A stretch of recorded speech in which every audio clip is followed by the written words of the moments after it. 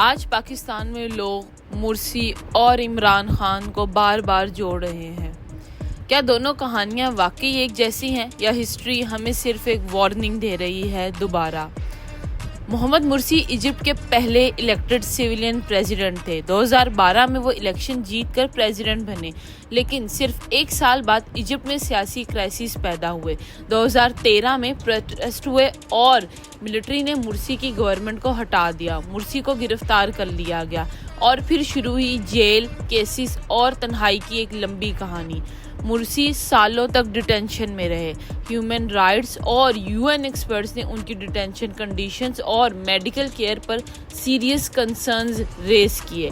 اور پھر آیا 17 جون 2019۔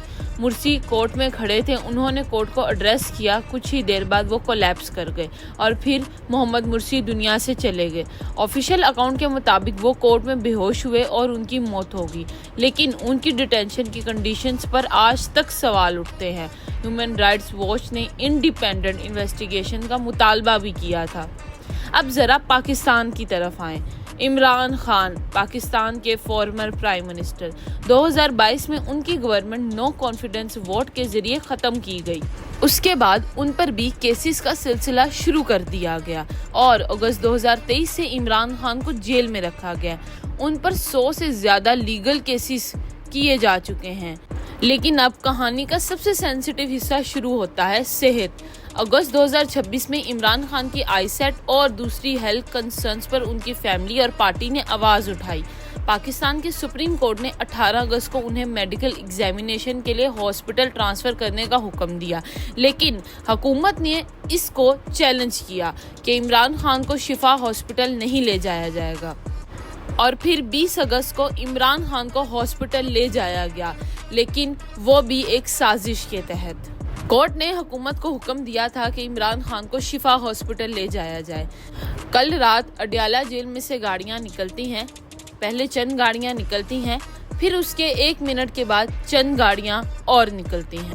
یعنی یہ ایک ہی طرح کا قافلہ تھا، لیکن یہ 2 حصوں میں نکلا اور اسلام آباد کے ایک مخصوص پوائنٹ تک یہ ایک ساتھ پہنچا۔ اس کے بعد یہ قافلہ الگ ہو گیا۔ ایک قافلہ جسے پمز ہاسپٹل لے جایا گیا، جس میں عمران خان کی بہن اور عمران خان موجود تھے، اور دوسرا قافلہ شفا ہاسپٹل لے جایا گیا، جس میں ان کے ڈاکٹر موجود تھے۔ عمران خان کے قافلے کے ساتھ رینجرز کے اہلکار بھی بتائے جا رہے ہیں اور فوج بھی، اور دوسرے قافلے میں ایلیٹ پولیس اور کمانڈوز بھی موجود تھے۔ اور سب سے زیادہ عجیب بات یہ تھی، جب شفا ہاسپٹل قافلہ پہنچتا ہے تو ان کو وہاں 40 سیکنڈ یا 1 منٹ کے لیے روکا جاتا ہے۔ عوام کو اس پر کافی حیرانی ہوئی، کیونکہ اگر عمران خان اس قافلے میں موجود تھے تو ان گاڑیوں کو نہیں روکنا چاہیے تھا۔ اور دوسری ہی طرف عمران خان جب پمز ہاسپٹل پہنچے، وہاں پہ اتنی زیادہ سیکیورٹی موجود نہیں تھی، جبکہ عوام کو یہ دکھایا گیا کہ عمران خان کو شفا ہاسپٹل شفٹ کر دیا گیا ہے۔ سوال یہ ہے، گورنمنٹ نے ایسا کیوں کیا؟ کیوں عمران خان کو شفا انٹرنیشنل ہاسپٹل نہیں لے جایا گیا اور ان کے اپنے پرسنل ڈاکٹر سے چیک اپ کیوں نہیں کروایا گیا؟ کیوں ان کو کم سیکیورٹی میں پمز ہاسپٹل میں علاج کیا گیا؟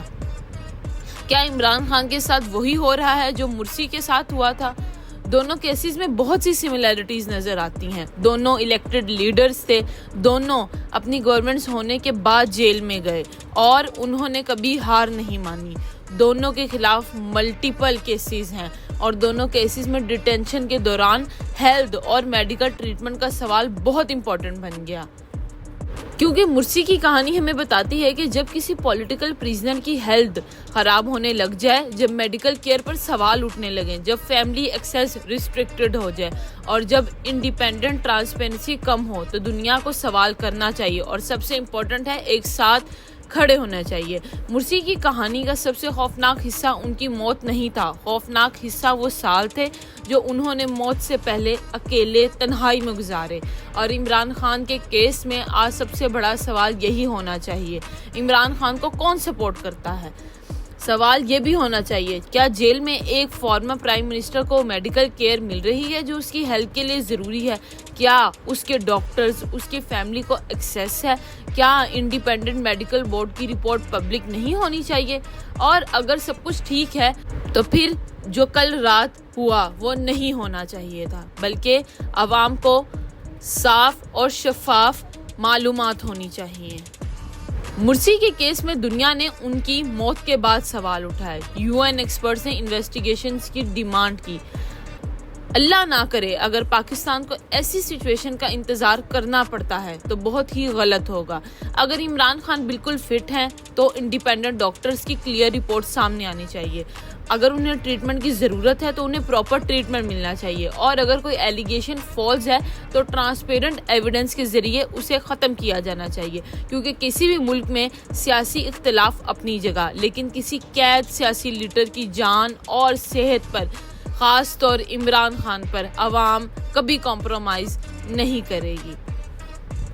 اس وقت کوئی رسپانسبل شخص اس سوال کا جواب نہیں دے رہا، لیکن ہسٹری ہمیں ایک لیسن ضرور دیتی ہے، جب پاور اور پولیٹکس کے بیچ انسانی جان آ جائے تو خاموشی سب سے خطرناک چیز بن سکتی ہے۔ اس لیے عمران خان کے حوالے سے بھی سوال سمپل ہونا چاہیے، ان کی سیاست کو سائڈ پہ رکھیں، ان کی صحت پر دھیان دینا چاہیے، کیونکہ اگر وہ بالکل ٹھیک ہیں تو ہمیں ثبوت دیے جائیں، اور اگر وہ ٹھیک نہیں ہیں تو وقت پر ان کا میڈیکل ٹریٹمنٹ کرنا ان کا حق ہے۔